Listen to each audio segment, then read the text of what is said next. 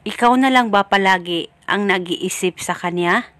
Ni halos hindi ka na makakatulog dahil sa palagi mo siyang iniisip at palagi mo siyang inaalala. At nagtaka ka na lang dahil biglaan ang hindi niya pagpaparamdam sa'yo. Hindi na talaga siya nagtitext, tawag o chat sa'yo. Kaya naisipan mo kung ikaw ay mahal pa rin ba niya at kung ikaw ay iniisip pa rin ba niya.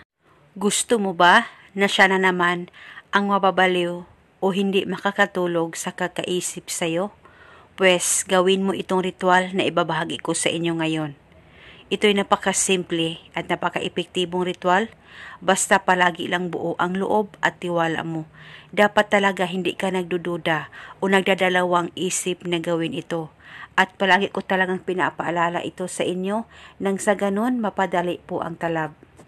Ang gagawin mo lamang, kumuha ka lamang ng baso o di kaya garapon. At lagyan mo lamang ito ng 3 kutsarang asin. At pagkatapos, kumuha ka ng papel at panulat at isulat mo ng 3 beses ang pangalan at apelyido niya. Capital letters po ang pagkasulat dapat ng kanyang pangalan at apelyido. At pagkatapos mo nang masulat ito, tupiin mo lamang itong papel kahit ilang tupi paloob papunta sa iyo. At pagkatapos nito, ilagay ito sa baso o sa garapon na may asin. At pagkatapos mo nang malagay ang papel, kumuha ka lamang ng tubig at lagyan mo lamang ng kalahating tubig ang baso o garapon na inihanda mo sa ritual.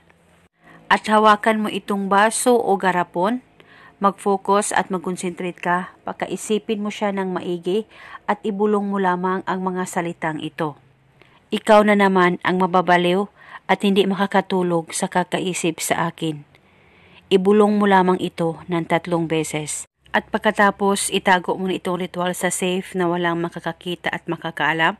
Pwedeng hindi mo na ito takpan at wala na po kayo kailangan pang ibulong na spell araw-araw. Basta itago lamang ito hanggang 7 araw at itapon mo na ito. Huwag niyo pong itapon ang baso o ang garapon, ang laman niyo lang po ang itatapon.